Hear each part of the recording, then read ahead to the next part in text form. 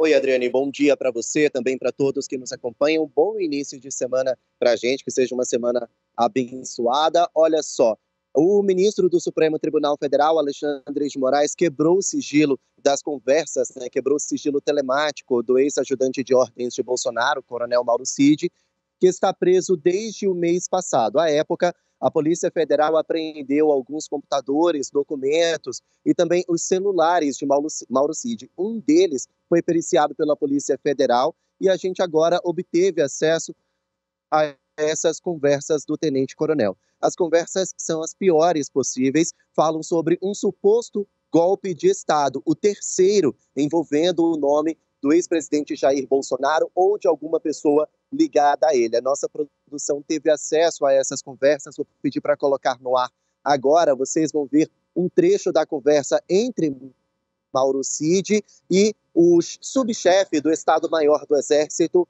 o Jean Lawande Júnior. Nessa conversa, o Jean Lawande ele escreve um textão, falando de uma forma bem popular, é um textão para Mauro Cid, onde ele pede, pelo amor de Deus, para que o ex-presidente Jair Bolsonaro continue no poder, porque senão iria acabar preso. Nessas mensagens, ainda de acordo com a Polícia Federal, ele pede para que Bolsonaro ponha em xeque a credibilidade do Supremo Tribunal Federal, que, na visão dele, está tendo algumas atitudes inconstitucionais, algumas decisões nada constitucionais, o que facilitaria para que Bolsonaro entregasse o poder para as Forças Armadas. Nesse objetivo do subchefe do Estado-Maior do Exército, as Forças Armadas elegeria uma pessoa com um poder supremo. Só que essa pessoa não seria o ex-presidente Jair Bolsonaro, porque ele poderia acabar preso. Seria uma outra pessoa aliada ao ex-presidente. Para Alexandre de Moraes, essa é uma clara tentativa de golpe de Estado. O que chamou a atenção foi a resposta de Mauro Cid. Ele disse que não daria para colocar esse plano em prática, porque Bolsonaro não confiaria em algumas pessoas ligadas ali nas Forças Armadas. Então, o Jean Lawande Júnior fala, mais uma vez, num português bem popular, então ferrou tudo, ele vai acabar sendo preso. Numa outra conversa, Mauro Cid dá a entender que Bolsonaro e também pessoas ligadas a ele estaria tentando dar esse golpe de Estado. Então, a situação de Mauro Cid fica um pouquinho mais complicada. Nós também tivemos acesso a conversas da esposa do Mauro Cid, a Gabriela Cid. Ela também estaria arquitetando um golpe de Estado, também estaria ali por trás, né, nos bastidores desse suposto golpe para que o presidente Lula não assumisse o poder, não assumisse a presidência do país no dia 1º de janeiro deste ano. Então, são conversas que complicam ainda mais a situação de Mauro Cid, também agora da esposa dele, que fica ainda mais como alvo da justiça. O ex-presidente Jair Bolsonaro, a situação dele não fica tão estranha, tão complicada assim, porque em nenhum momento vazou alguma conversa dele com o Mauro Cid. Não há conversas deles dois, principalmente sobre esse teor golpista. Mas já é a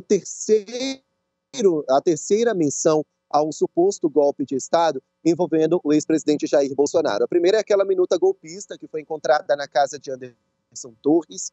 Também tem aquele argumento utilizado pelo senador Marcos Duval, onde Bolsonaro e Daniel Silveira estariam tentando induzir o ministro Alexandre de Moraes a falar que estava tendo algumas atitudes inconstitucionais. Então, são três supostas tentativas de golpe de Estado que podem complicar a situação do ex-presidente. Depois do vazamento dessas conversas, Alexandre de Moraes determinou que Bolsonaro preste depoimento à Polícia Federal, só que a defesa dele ainda não deu uma possível data. Mauro Cid deve depor novamente na PF ainda nesta semana. Para encerrar, deixa só eu falar quem é o Jean Lawande Júnior. Como eu disse, ele era subchefe do Estado-Maior do Exército, um dos maiores cargos ali da corporação, mas atualmente ele mora nos Estados Unidos, porque ele foi indicado pelo presidente Lula para exercer um cargo de chefia no corpo diplomático do Brasil, lá nos Estados Unidos. Depois do vazamento dessa conversa, o presidente Lula ordenou que ele não assuma nenhum cargo de chefe e agora o Exército também está analisando a situação dele, viu, Adriane? Inclusive, Igor, eu estava acompanhando aqui, enquanto você falava, uma nota do Exército. E nessa nota, o Exército diz que, uma nota publicada ainda no dia 16, da sexta-feira passada, que essas mensagens todas identificadas nessa investigação da Polícia Federal, que não representam o pensamento da cadeia de comando da instituição, que as medidas internas estão sendo apuradas, levantadas para tomar as providências. Eles não identificam, não divulgam que providências são essas que podem ser tomadas internamente, né, dentro do Exército Brasileiro, mas diz que as mensagens golpistas não representam a instituição. E a cidade, o que aconteceu durante a tentativa de golpe, até mesmo do período em que muitas pessoas estavam à frente dos comandos do Exército, eles não apoiaram, né? Eles, no máximo, se omitiram diante daquilo, mas não teve o apoio popular que se esperava, né? O apoio popular, aliás, o apoio da corporação aos populares que faziam essa manifestação desde o final da eleição. E essa última mensagem do infelizmente, ela diz muito, né, sobre o teor das conversas ou a expectativa que se tinha em torno de um possível golpe. E isso pode, e já respinga no ex-presidente Jair Bolsonaro, a ponto dele ter que prestar depoimento mais uma vez, né?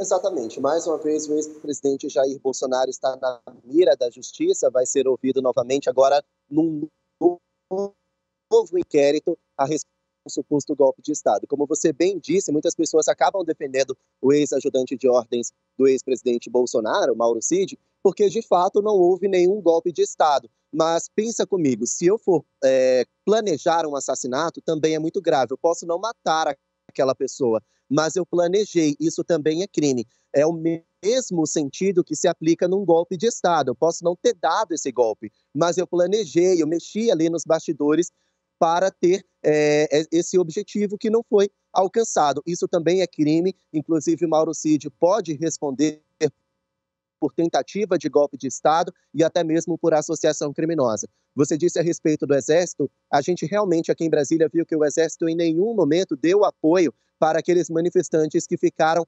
acampados em frente ao QG, ao quartel-general, manifestantes esses que são apontados pela Justiça como os executores, a maioria deles, pelo menos, os invasores dos prédios dos três poderes brasileiros. Mas a Comissão Parlamentar de Inquérito, a CPI, que tramita no Poder Legislativo só daqui de Brasília, sem falar da CPMI, alguns dos comandantes da PM, da alta cúpula da PM, que foram convocados, eles já responsabilizaram o Exército de impedir que a Polícia Militar removesse aquele acampamento, ou mesmo de impedir que as pessoas fossem ao menos migradas para outro local. Isso também complica a situação do Exército. Mas a corporação sempre se manifestou como que não coaduna com esse tipo de situação. Adriane.